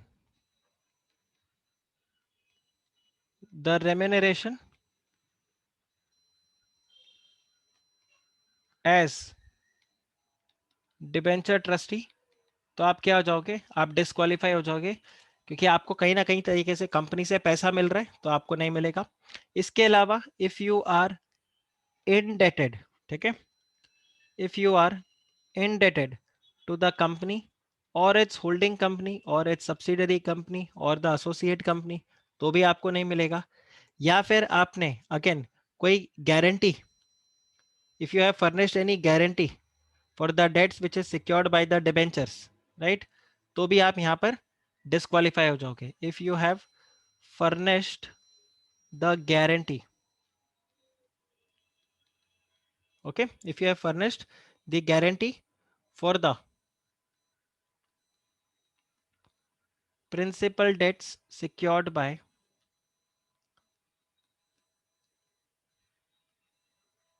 right, which is secured by the debentures और इंटरेस्ट, तो भी आप यहां पर डिस्क्वालीफाई हो जाओगे. अगर आप इनफैक्ट इनके रिलेटिव भी हो, अगर आप प्रमोटर केएमपी इनके रिलेटिव भी हो एंड देयर रिलेटिव्स, ठीक है, बट रिलेटिव्स तो खाली कंपनी के लिए, तो इसको मैं अलग से एक पॉइंट लिख देता हूं. Point number if you are the relative of the, let's say, promoter और केएमपी और डायरेक्टर, राइट, और बेसिकली हु इज, हाँ, हु इज बेसिकली ये दोनों का आपका आ जाएगा. तो in that case you are, but ये खाली किसके लिए, ऑफ द कंपनी. यहाँ पे associate, holding company, subsidiary company नहीं आएगा. तो अगर आप इनके रिलेटिव हो तो भी आप यहाँ पर क्या हो जाओगे, डिस्क्वालीफाई हो जाओगे. और अगर आपका कंपनी के साथ कोई भी पेक्यूनरी रिलेशनशिप है, सी आप ना, आप लोगों का ऑडिट अभी तक नहीं हुआ ना, क्या ऑडिट हो गया आप लोगों का,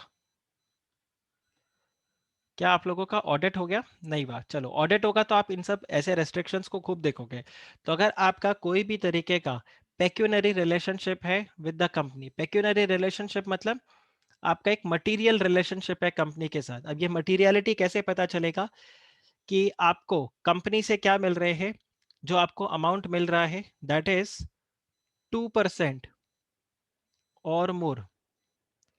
अब ये किसी भी तरीके से हो सकता है, आप सपोज कंपनी के सप्लायर हो, आप कस्टमर हो, कुछ भी तरीके से यहाँ पे, मतलब आपको कोई भी तरह का यहाँ पे काम आपका हो रहा है, कंपनी के साथ आपका रिलेशनशिप है which is 2% or more of the turnover of the company. और यहाँ पे ध्यान रखना ये टर्नओवर कौन सा, ग्रॉस टर्नओवर है. और दूसरा आपके पास है कि या फिर आपका 2% or more, right, of the total income of the company, company के टोटल इनकम का 2% या उससे ज्यादा, राइट, या फिर 50 लाख रुपीस. यहां पर state away 50 lakh rupees. Of course इनमें से which ever is lower, which ever is lower.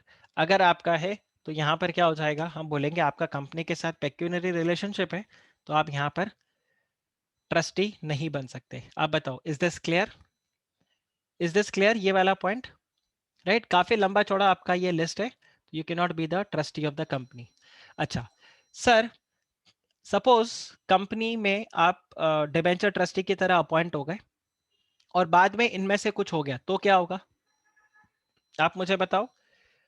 After the appointment, ये जो एलिजिबिलिटी है, ये सिर्फ आपको अपॉइंटमेंट पे देखना है, या ड्यूरिंग द टेन्योर भी आप ये कंडीशंस को देखोगे,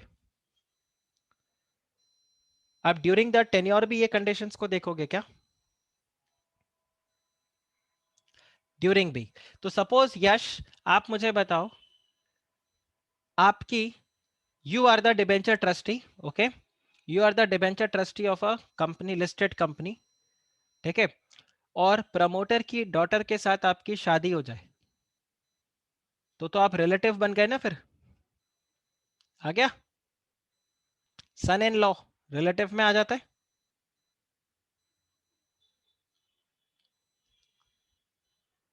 हाँ, तो यश बोलता है मेरी जॉब गई, तो आपकी जॉब गई फिर, right. Can a CS become debenture trustee, Vineet पूछ रहा है. हाँ, क्यों नहीं बन सकते, बन सकते हो. पर डिबेंचर ट्रस्टी बनने के लिए आपको सेबी से रजिस्ट्रेशन करवाना पड़ेगा, और आपका नेटवर्थ रिक्वायरमेंट और वो सब भी है, ठीक.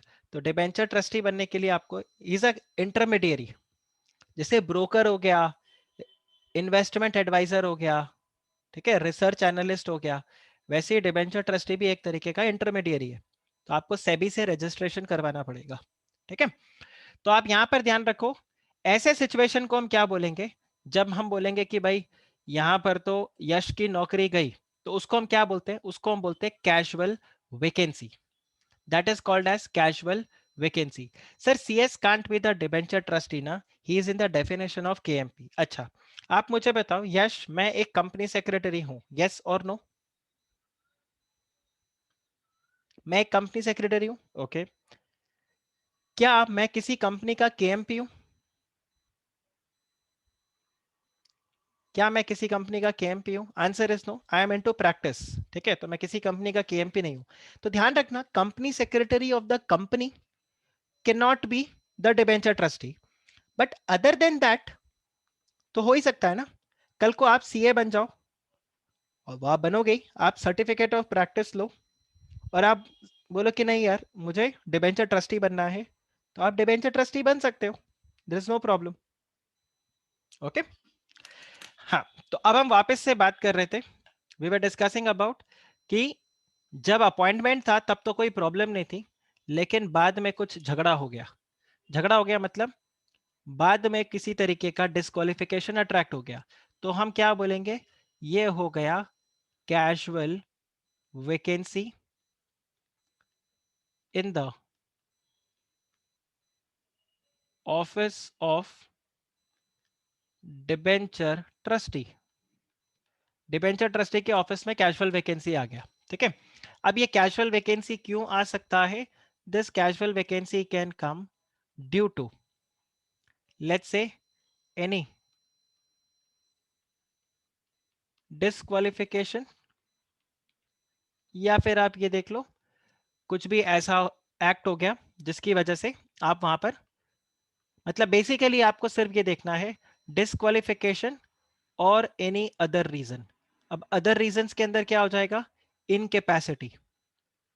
लेकिन अगर हो गया रेजिग्नेशन,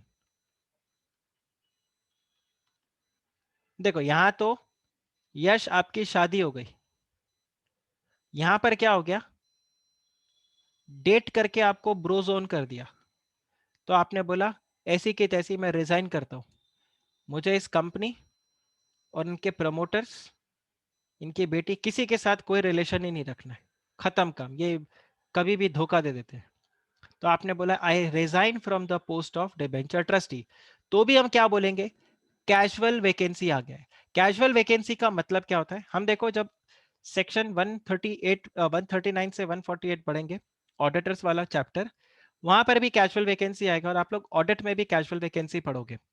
तो कैजुअल वैकेंसी बेसिकली क्या होता है, when the office of the person is vacated before the completion of the tenure. तो जब तक ये डिबेंचर था तब तक आपकी नौकरी थी, डिबेंचर्स रिडीम हो गए, आपकी नौकरी खत्म हो गई। तो डिबेंचर्स रिडीम नहीं हुए, और आप अब डिबेंचर ट्रस्टी नहीं रहे। क्यों नहीं रहे, क्योंकि आपने रिजाइन कर दिया, आपने कोई डिस्क्वालिफिकेशन कर दी, लेट्स से आपको कुछ और बेसिकली कोई और आप रीजन हो गया, इनकेपेसिटी हो गया, right? I won't say it for you, but the debenture trustee has died, or debenture trustee is now not competent to enter into contract, वो इंसॉल्वेंट हो गया, कोई भी इस तरह से रीजन हो गया। तो इन दैट केस अब देखो, अगर ऑडिट ये जो डिबेंचर ट्रस्टी है ये रिजाइन करके गया है, तो आप मुझे बताओ क्या बोर्ड ऑफ डायरेक्टर्स को अकेले अलाउ कर देना चाहिए? क्या ये बोर्ड ऑफ डायरेक्टर्स को अकेले अलाउ, सी डिस्क्वालिफिकेशन हो गया, कोई और रीजन आ गया, तो यहां पर क्या हो जाएगा, बोर्ड ऑफ डायरेक्टर्स में अपॉइंट अ न्यू ट्रस्टी, में appoint another debenture trustee. But अगर वो रिजाइन करके गया है तो बोर्ड ऑफ डायरेक्टर्स आप अकेले डिसाइड नहीं कर सकते, फिर यहां पर आपको क्या करना पड़ेगा, you will have to obtain the written consent of the debenture holders. ठीक है, और majority of the debenture, written consent of majority of debenture holders. आपको डिबेंचर होल्डर्स के जो मेजोरिटी है उनसे आपको क्या लेना पड़ेगा, कंसेंट लेना पड़ेगा कि देखो ये ऑडिटर डिबेंचर ट्रस्टी रिजाइन करके चला गया था, अब इसकी जगह हम इसको अपॉइंट करें। तो इसका बेसिकली ऑब्जेक्टिव क्या है कि देखो अगर वो रिजाइन करके जा रहा है तो आपके ट्रस्टीज डिबेंचर होल्डर्स को भी पता चलना चाहिए कि देखो वो रिजाइन करके गया है, तो कुछ अगर झोल होगा तो वो पकड़ में आ जाएगा। यहाँ पर एक प्री कंसीव नोशन लिया जा रहा है कि देखो डिबेंचर ट्रस्टी अगर रिजाइन करके जा रहा है मतलब कंपनी में कुछ ना कुछ झगड़ा हुआ होगा।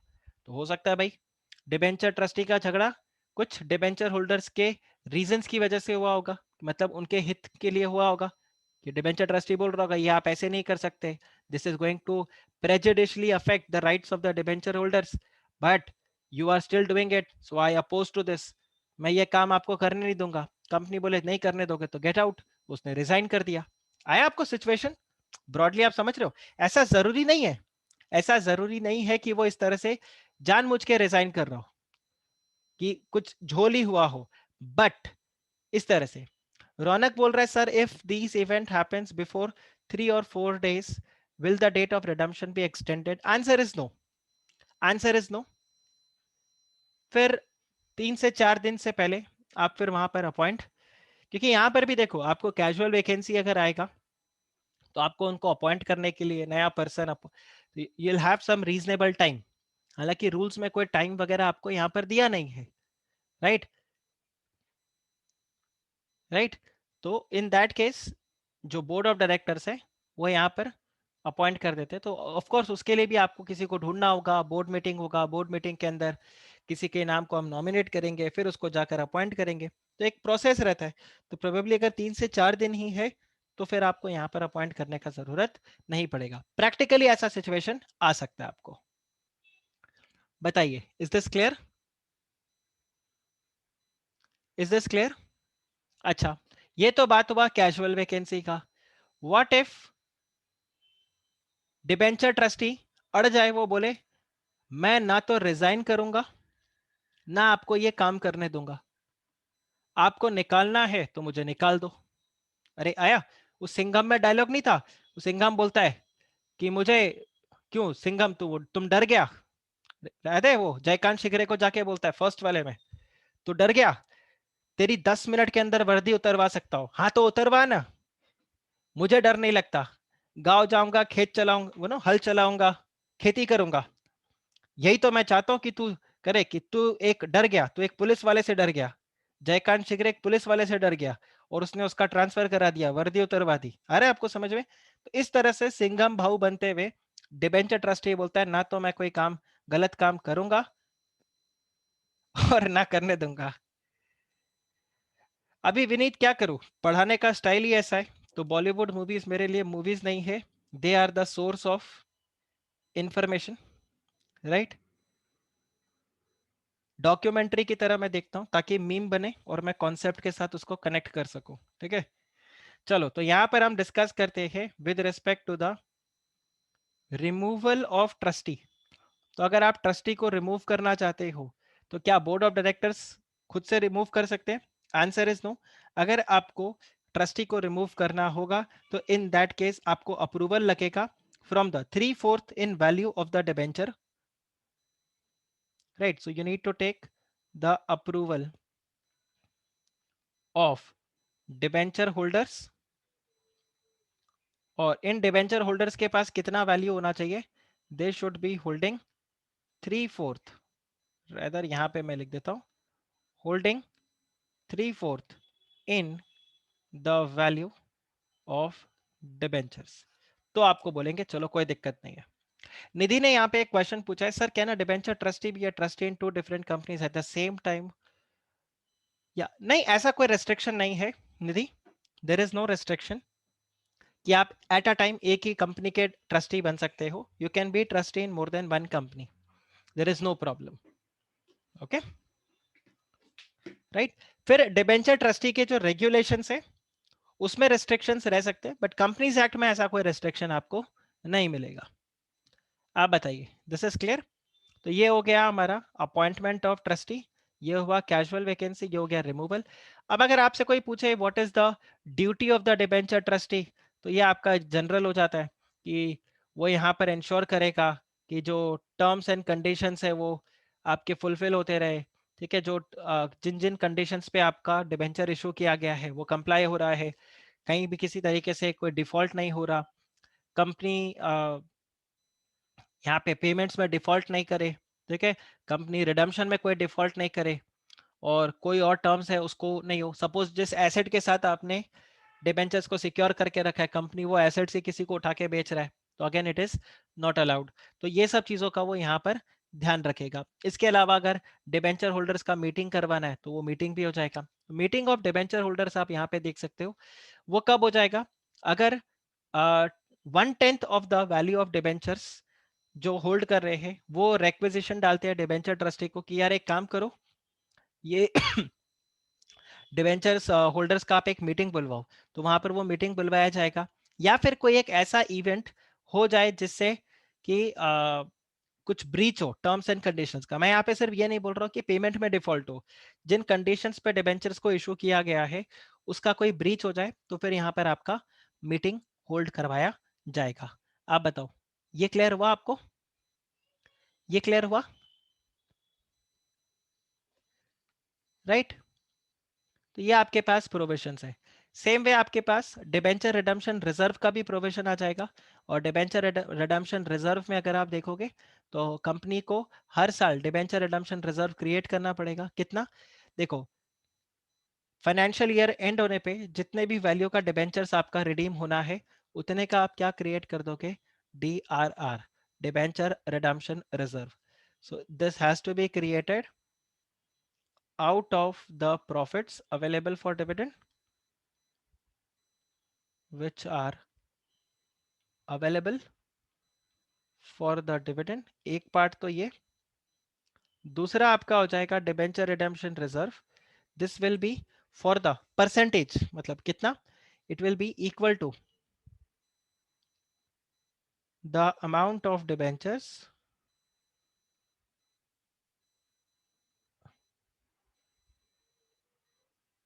amount of debentures which is due for the redemption, which is due for the redemption। ठीक है,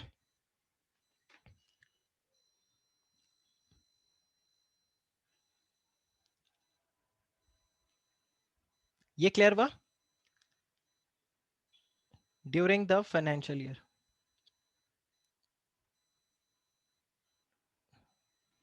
which are due for redemption at the end of the इस करंट फाइनेंशियल ईयर में उतना। रौनक ने यहाँ पे क्वेश्चन पूछा है, sir a trustee can be the trustee for its holding and subsidiary company. Yes, there is no restriction, there is no restriction that he can not, right. और DRR का utilization क्या रहेगा? एक ही यूटिलाइजेशन है, it will be utilize only for the purpose of redemption of debentures, that's it. ठीक, बाकी देखो डीआरआर का कॉन्सेप्ट आप बहुत अच्छे से समझ जाओगे जब आप पढ़ोगे अपना redemption of debentures in accounts, तो वहां पर आपको इसका पूरा क्लैरिटी आ जाएगा। So this is what is there for the debentures issue. Okay, is this clear? क्या ये सारे पॉइंट्स आपको क्लियर हुए? ऑल राइट, तो अब हम चलते हैं हमारे लास्ट सेक्शन की ओर। और हमारा लास्ट सेक्शन है section number 71। And section 71 72, section 72 आपका डील करता है for the power to nominate. अब देखो, सपोज आपने किसी कंपनी के शेयर्स को परचेज किया है। अब लाइफ वी नो कभी ना कभी उसका एंड होना है, अनसर्टेन है कब होगा, पर कभी ना कभी तो होगा, ये सर्टेन है। तो आप क्या करते हो? आप किसी को नॉमिनेट करके रखते हो कि कल को अगर मुझे कुछ हो जाए तो ये जो मेरे शेयर्स हैं ये आप इनको दे देना। तो उसको हम बोलते हैं नॉमिनी। बैंक अकाउंट के अंदर भी नॉमिनी होता है, इस तरह से हर जगह एक नॉमिनी रहता है यहाँ पे, राइट। धवल ने पूछा है sir sub section 10 to 15 of section 71। Well, अगर आप यहाँ पे देखो सेक्शन 71 सिर्फ इतना सा ही है, सेक्शन 71 सिर्फ आपका इतना सा है।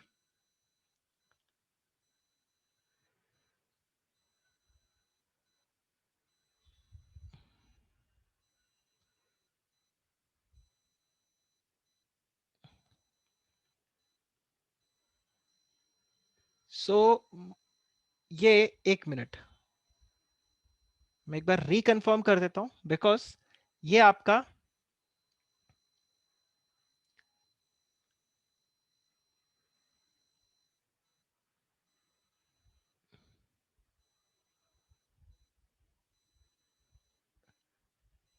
आई एम सॉरी, सबसेक्शन नहीं, एक मिनट, ये होगा, एक मिनट रुको,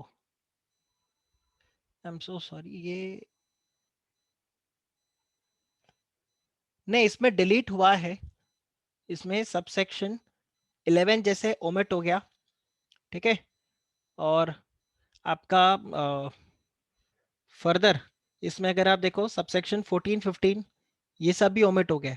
सबसेक्शन 10 है, अब सबसेक्शन 10 जो है वो आपका बेसिकली ये रहेगा कि अगर कंपनी डिबेंचर्स को रिडीम नहीं करता, हाँ अब देख लो, मैं आपको यहाँ पे सिंस हमने डिस्कस कर लिया है तो इसका मैं बता देता हूँ। सबसेक्शन 10 बेसिकली यहाँ पर ये बोलता है कि अगर आपका जो डिबेंचर्स है वो आपने रिडीम नहीं किया टाइम पे, अगर आपने उसको रिडीम नहीं किया तो यहाँ पर डिबेंचर होल्डर्स क्या करेंगे, वो अपना एक मीटिंग करेंगे और उसके हिसाब से जो भी रेजोल्यूशन होगा वो आपको यहाँ पर पेमेंट करना होगा। So where a company fails to redeem the debentures as on the date of maturity और fail to pay the interest on the debentures when it is due, तो यहाँ पर वो ट्राइब्यूनल के पास जाएंगे और ट्राइब्यूनल फिर उनको हियर करने के बाद जो भी प्रोविजन होगा वो आपको दिया यहाँ पे, ठीक है। So this is with respect to the default, so if there is any default the application can be made to the tribunal. Okay, is this clear?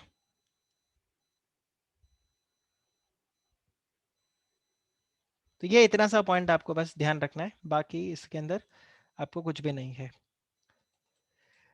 अब आ जाता है आपके पास सेक्शन नंबर 71 72, और सेक्शन 72 आपको बता रहा है पावर टू नॉमिनेट। तो अगर आप किसी को नॉमिनेट करना चाहते हो, if you want to nominate someone as the nominee for the security, you have purchase the security and आप ये बोलते हैं कि अगर मुझे कुछ हो जाए तो इसका असली ओनर कौन होगा, ये इंसान इसका ओनर रहेगा। तो यहाँ पर उसके बारे में बात हो रहा है। So every holder of the security, तो मुझे बताओ ये खाली सिर्फ शेयर्स का बात हो रहा है या अदरवाइज सब डिबेंचर्स वगैरह को भी इंक्लूड करता है? सब। वाई? क्योंकि यहाँ पर वर्ड डिबेंचर्स या शेयर्स यूज नहीं किया है, सिक्योरिटीज यूज किया है। तो यहाँ पर आपको बताया हुआ है that every every holder of the security of a company में एट एनी टाइम। अब यहाँ पर क्या बोला है, मे।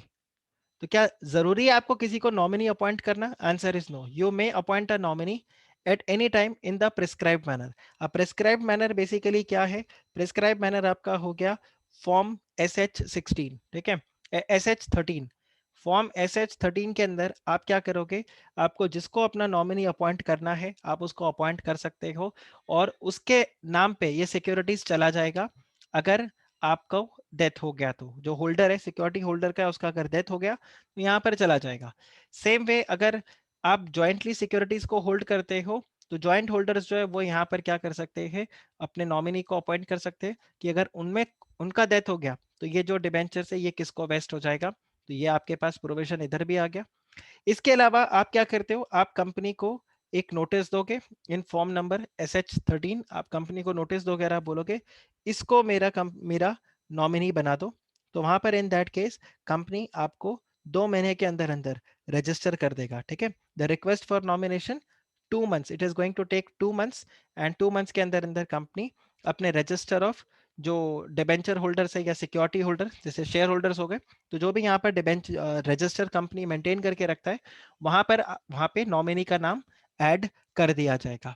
और जब डेथ हो जाएगा तो डेथ होने पे फिर जो भी नॉमिनी है वो कंपनी के पास जाएगा और वो कंपनी को डेथ सर्टिफिकेट देगा, ठीक है, ऑफ द होल्डर।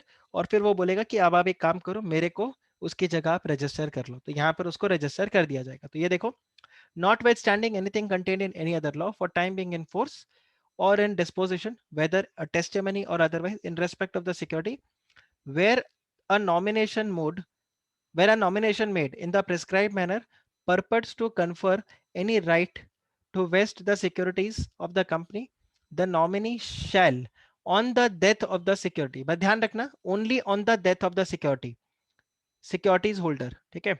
तो अगर वो सपोज करो कोमा में चला गया, जिंदा है कोमा में चला गया, तो ये सब नहीं रहेगा। सो death of the security holder or as the case may be death of the joint holders will become the entitled to the rights of all the securities, all the rights which the security holder had। तो जैसे dividend मिलना हुआ, ठीक है, और voting right, सब कुछ आपको यहाँ पर पूरा का पूरा टर्म्स यहाँ पे मिल जाएगा, राइट। हाँ, आप ये बोल सकते हो। बस ओपीसी वाले में क्या रहता है, वहां पर तो क्या होता है कि अगर इनकैपेसिटी हो गया तो भी, यहाँ पर इनकैपेसिटी का नहीं है। यहाँ पर सिर्फ क्या होगा, जो डेथ होगा, होल्डर का डेथ होगा तो नॉमिनी आएगा, उसके पहले नॉमिनी नहीं आएगा। ओके, डेथ के बाद ही आएगा, उसके बाद नहीं आएगा। इसके अलावा आप यहाँ पे अगर नॉमिनी के टर्म्स को वेरी करना चाहते हो, कल को मैंने रौनक को नॉमिनी बनाया, अब मैं बोलता हूँ नहीं, रौनक को नहीं बनाऊंगा, रौनक की जगह मैं धवल को नॉमिनी बनाऊंगा, तो मैं यहाँ पे वेरिएशन कर सकता हूँ, कोई दिक्कत नहीं है। मुझे बस खाली क्या करना पड़ेगा, जो टर्म्स है उसको वेरी करके, जो जो भी मेरा टर्म्स को मैंने चेंज किया है, या अगर मैंने बोला कि नहीं रौनक को कैंसिल करो, मुझे SH14 फॉर्म नंबर SH14 के अंदर कंपनी को बताना पड़ेगा। SH14 के अंदर मुझे कंपनी को बताना पड़ेगा। जिस दिन ये फॉर्म कंपनी के पास पहुंच गया, उस दिन से ये जो मॉडिफाई, ये हम मॉडिफाई मानेंगे। We will think that this is modified. Okay, the nomination is modified, या उसमें वेरिएशन आ गया है। आप बताइए, is this clear? Right, this will be effective from the date when this notice is received.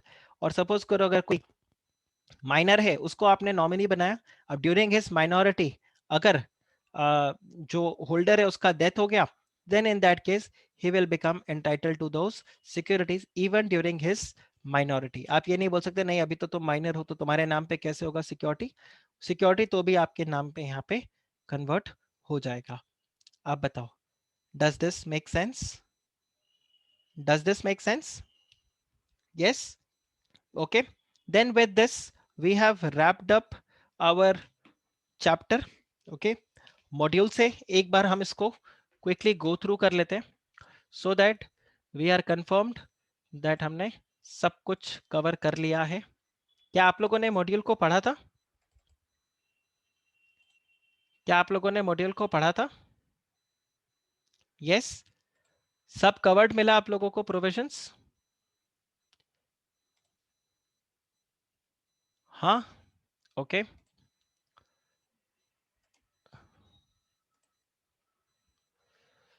so I'll just share the module now. ये देखो, तो ये हमारा मॉड्यूल था, हमने यहाँ पे शुरू किया, एक्सक्लूडिंग ये सेक्शंस थे बट हमने इन सेक्शंस को भी कवर कर लिया, बिकॉज वी रियलाइज दैट कोई बहुत भारी भरकम नहीं है, कोई फर्क नहीं पड़ेगा। अब ये देखो, शेयर और स्टॉक का हो गया, तो शेयर और स्टॉक के बीच में आप यहाँ पे डिफरेंस देख लो, ये हमने पहले भी देखा था। Right, fully paid up shares जो उसको आप कन्वर्ट कर देते हो स्टॉक में। फिर two kinds of share capital, हमने इसको भी देखा। फिर अगर आप देखो, ये आ गया आपके पास इक्विटी शेयर्स फिर डिफरेंशियल वोटिंग राइट, और इसके कंडीशंस हमने देखे थे, what are the conditions for issue. फिर आप देखो शेयर सर्टिफिकेट्स, हमने इसको भी कवर किया था, और आज की डेट में तो डीमटेरियलाइज्ड फॉर्म में हो जाता है, तो ये डीमैट फॉर्म आ गया, तो इन दैट केस यहाँ पर हमें वो इलेक्ट्रॉनिक फॉर्म में मिलेगा। वोटिंग राइट्स हमने चेक किया था, राइट, फिर प्रेफरेंस शेयर होल्डर्स को कब वोटिंग राइट मिलेगा, एंड प्रोपोर्शनेट वोटिंग राइट्स हमने ये भी चेक किया था, किसको कितना कितना वोटिंग राइट्स रहता है, करेक्ट। फिर हमने यहाँ पर इधर देखा था variation on the rights of the share holder, right. अच्छा, यहाँ पर एक देख लेना, प्राइवेट कंपनी को एग्जाम्पशन है प्रेफरेंस डिविडेंड वाले पॉइंट के लिए, ठीक है। फिर अगर आप देखो, ये वेरिएशन हमने कवर किया था। फिर सेक्शन 49 कॉल्स इन एडवांस, और ये सब हमने यहाँ पे पूरा फिनिश किया। फिर issue of shares at premium and debentures, हमने ये भी कवर किया। Sorry, issue of shares at premium and discount, ये हमने कवर किया, और ये एप्लीकेशन वाला पार्ट भी हमने देखा, ठीक है। और इनका ये भी हमने देखा था, कुछ कंपनीज जिनके ऊपर सेक्शन 133 इंड एस एप्लीकेबल होता है, उनके लिए थोड़ा रेस्ट्रिक्शन है, 5 यूजेस नहीं है, उनके लिए सिर्फ ये 3 यूजेस ही रहेगा। फिर prohibition of issue of shares at discount, फिर इसमें एक्सेप्शन था। हमने उसके बाद स्वेट इक्विटी को भी फिनिश किया था, करेक्ट। और कौन कौन इसमें एम्प्लॉय होते हैं हमने ये भी देखा था, परमानेंट एम्प्लॉय, डायरेक्टर और the employees whether in India और आउटसाइड। वैल्यू एडिशन का क्या मतलब होता है, जब आप कुछ भी वहाँ पे इकोनॉमिक बेनिफिट्स को लेकर आते हो कंपनी के अंदर, so this is the value addition. Sweat equity आपको उसी के लिए देते हैं। स्पेशल रेजोल्यूशन, वैलिडिटी रहेगा इसका आपका 12 मंथ्स का, 12 महीने के अंदर अंदर आप उसको इशू कर दो, करेक्ट। और यहाँ पर sweat equity it can not be more than 15%, तो ये आपके स्लाइड्स में मैंने नहीं डाला, ये आई थिंक मिस हो गया था। A company shall not issue sweat equity shares for more than 15% of its existing equity share capital in the year, right, और 5 crore rupees whichever is higher. तो ये एक आप लिमिटेशन देख लेना, हो सकता है एमसीक्यू बेस्ड आपको ये क्वेश्चन यहाँ पर आपको मिल जाए। फिर देखो लॉक इन पीरियड भी रहता है, लॉक इन पीरियड हो जाएगा आपका 3 इयर्स का स्वेट इक्विटी के अंदर। वैल्यूएशन के लिए मैंने आपको बताया था रजिस्टर्ड वैल्यूअर को बुला के आपको इसको वैल्यूएशन करवाना पड़ेगा कि क्या इकोनॉमिक बेनिफिट्स आपको उन्होंने लाकर दिया। फिर disclosure in the board report ये आपका जाता है। और बाकी सारे शेयर होल्डर्स जो होते हैं दे रैंक परी पासो मतलब they rank equally to the other existing equity share holders. फिर हमने प्रेफरेंस शेयर होल्डर्स का भी देखा था रिडम्पशन, ये टाइप्स ऑफ प्रेफरेंस शेयर्स हैं, राइट। और ये सीआरआर का अमाउंट हमने ये सब पूरा कवर किया था। पेमेंट ऑफ द प्रीमियम ये सब हमने पूरा देखा यहाँ पे। फिर हमने सेक्शन 56 से 59 transfer and transmission of securities ये वाला पार्ट हमने पूरा कवर किया था। ये देखो ये सारा प्रोविजन था, instrument of transfer signed by both of them, name address and occupation of the transferee, company को आप डिलीवर करोगे 60 डेज के अंदर विद शेयर सर्टिफिकेट, और अगर आपका लॉस हो गया तो भी आप इंडेमनिटी और इन सब के लिए प्रोविजन हमने देखा था, राइट। एक चीज आप ध्यान रखना आपके मॉड्यूल में जहां पर ये ऐसे डायग्राम बनाकर आपको दिया हुआ है, ठीक है, या इस तरह से जहां पर आपको बॉक्स में दिया है, ये आपके लिए काफी इंपॉर्टेंट हो जाता है क्योंकि इंस्टीट्यूट चाहता है इस पर आप अलग से एम्फोसिस करो। See there is a reason why they have given in this format, तो आप इस पे पूरा अच्छे से फोकस करो। तो ये आपको दिया है यहाँ पे। फिर आप ये देखो फॉर्स्ड ट्रांसफर हमने ये भी चेक किया था, राइट। तो फॉर्स ट्रांसफर में फिर उसको वैलिड ट्रांसफर नहीं माना जाएगा, इसीलिए कंपनी इंश्योर करता है, रिमेंबर, अगर सिर्फ ट्रांसफर ही साइन करके भेजे तो ट्रांसफरर को नोटिस देते हैं, याद आ रहे, 15 डेज का टाइम पीरियड। फिर ये रिफ्यूजल टू ट्रांसफर आप ट्राइब्यूनल में जाते हो, राइट। तो ये देखो ये section 58 private company public company, correct, rectification के लिए आपके पास प्रोविजन। फिर आप ये देखो ऑल्टरेशन ऑफ शेयर कैपिटल, तो ये आपके पास हो गया, these are the alterations of share capital, right. फिर सेक्शन 62 हमने कवर किया था, ये तो हमारा काफी डिटेल में कवर हुआ है। ऑफरिंग फॉर फर्दर शेयर्स, इसी में आपको प्रेफरेंशियल अलॉटमेंट मिल जाएगा, ईसॉप मिल जाएंगे, करेक्ट। देन हमने सेक्शन 63 कर दिया था बोनस इशू का, राइट। मैं आज इसमें इलास्ट्रेशंस आप लोगों को नहीं करवा रहा, जैसे पिछले एग्जाम्पल में करवाया था। I want you all to go through these illustrations and then probably we can discuss it in the class. फिर आप ये देखिए reduction of share capital section 66 हमने ये भी कवर किया था यहाँ पे, करेक्ट। एंड देन यहाँ पर हमने 66 के बाद सेक्शन 67 कवर किया था, रेस्ट्रिक्शन कि कंपनी ना तो परचेज करेगा अपने शेयर्स, ना कोई फाइनेंशियल असिस्टेंस देगा जिससे कि कंपनी के शेयर्स परचेज हो। फिर ये बायबैक वाला जो पूरा लूप था सेक्शन 68 से 70 ये हमने पूरा कवर किया था, conditions, procedure for buyback, time limit, ठीक है, किससे परचेज कर सकते हो, डिक्लेरेशन ऑफ सॉल्वेंसी। फिर ये देखो कूलिंग ऑफ पीरियड 6 महीने का, कि आप 6 महीने तक और इशू नहीं कर सकते रजिस्टर ऑफ दिस, और ये आपके पास पीनल प्रोविजन। फिर सीआरआर का रिक्वायरमेंट एंड प्रोहिबिशन, इससे रिगार्ड में आज के लेक्चर के स्टार्ट में हमने एक केस स्टडी क्वेश्चन भी देखा था। और ये हमारा पूरा डिबेंचर्स, डिबेंचर्स का डेफिनेशन हमने ऑलरेडी पहले कवर कर लिया था, राइट। इसके लिए आप देखो चैप्टर 3, ये आपने मेरे को विनीत ने पूछा था व्हाट आर द इंस्ट्रूमेंट्स, ठीक है।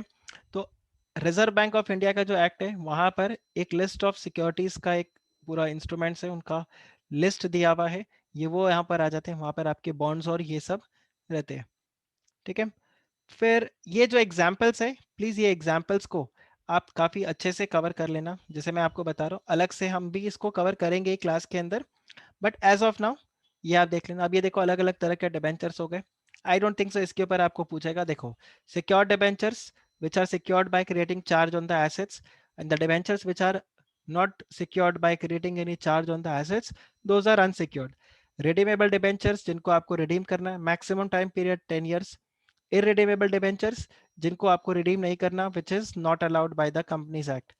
convertible debentures होते हैं तो जो कि इक्विटी शेयर्स में कन्वर्ट हो जाएंगे, अब वो मैंडेटरीली भी हो सकते हैं, ऑप्शनल भी हो सकते हैं, पार्टली और फुल्ली हो सकते हैं। और नॉन कन्वर्टेबल इज बेसिकली और रिडीमेबल डिबेंचर्स जो कि आपका which are redeemed by way of the payment, right. तो इशू यहाँ पर रहेगा। अब ये देखो नो वोटिंग राइट्स हमने देखा था, इशू ऑफ सिक्योर्ड डिबेंचर्स ये देखो रूल 18 ब्रैकेट 1 ये मैंने आपको बताया था, ये देखो ये सारे हमने कंडीशंस देखे थे। हाँ इंफ्रास्ट्रक्चर कंपनीज के लिए आपके पास 30 इयर्स का टाइम पीरियड रहता है, बट ठीक है creation of charge, appointment of trustee, security, ये हमने देखा था। डीआरआर का रिक्वायरमेंट, हमने ट्रस्टीज के और भी प्रोविजंस को पढ़ा था, पर अब डीआरआर का जो रिक्वायरमेंट्स है उसमें काफी चेंज हो गया, तो आपको जो मैंने लिमिटेड 3 पॉइंट्स बताए हैं वो वहां पर ध्यान रखना। फिर ये देखो limitations on the issue of this, so 500 से ज्यादा अगर हो तो आपको ट्रस्टी को अपॉइंट करना पड़ेगा। और ये देखो ये आ गया ट्रस्टी को अपॉइंट करने के कंडीशंस, तो ये सारा प्रोविजंस अपना इधर कवर हो गया। एंड ये आ गया डिस्क्वालिफिकेशन, राइट, ये डिस्क्वालिफिकेशन वाले पॉइंट्स हो गए। फिर ये देखो ये आ गया आपका कैजुअल वैकेंसी, और ये हो गया आपका रिमूवल, करेक्ट। डिबेंचर ट्रस्टी का काम है to protect the interest of the debenture holders. फिर ये देखो जो मैंने आपको मीटिंग के लिए बताया था, ये दोनों पॉइंट हो गया। लाइबिलिटी ऑफ द ट्रस्टीज वो रहेगा, तो अगर आप कोई भी ऐसा प्रोविजन उसमें डालोगे कि भाई he will not be liable, तो वो देखो प्रोविजन क्या होगा, वॉइड, राइट। तो ये सारा प्रोविजन है। अब अगर आप नहीं पे करते हो तो you can also go to the tribunal, और ट्राइब्यूनल में एप्लीकेशन फाइल करोगे, फिर जैसा ट्राइब्यूनल बोलेगा वैसा यहाँ पर होगा। अब सब सेक्शन 12 जो है ये आपका डिलीट हो चुका है, ठीक है, तो ये आपको इतना दिमाग नहीं लगाना। Return of allotment and all this is fine, so this is there. अच्छा, सेक्शन 72 भी आप लोगों के पास यहाँ पे नॉमिनी वाला पार्ट था ही नहीं भाई, सेक्शन 72 तो डिलीट किया हुआ नहीं है, you have to cover all. अच्छा, 72 भी आपको बोला इट इज नॉट एप्लीकेबल, तो ठीक है, सेक्शन 72 आपको दिमाग ही नहीं लगाना है, फिर एकेडमिकली आपको पढ़ना नहीं है, तो हमारा चैप्टर बेसिकली 71 पे ही एंड हो गया।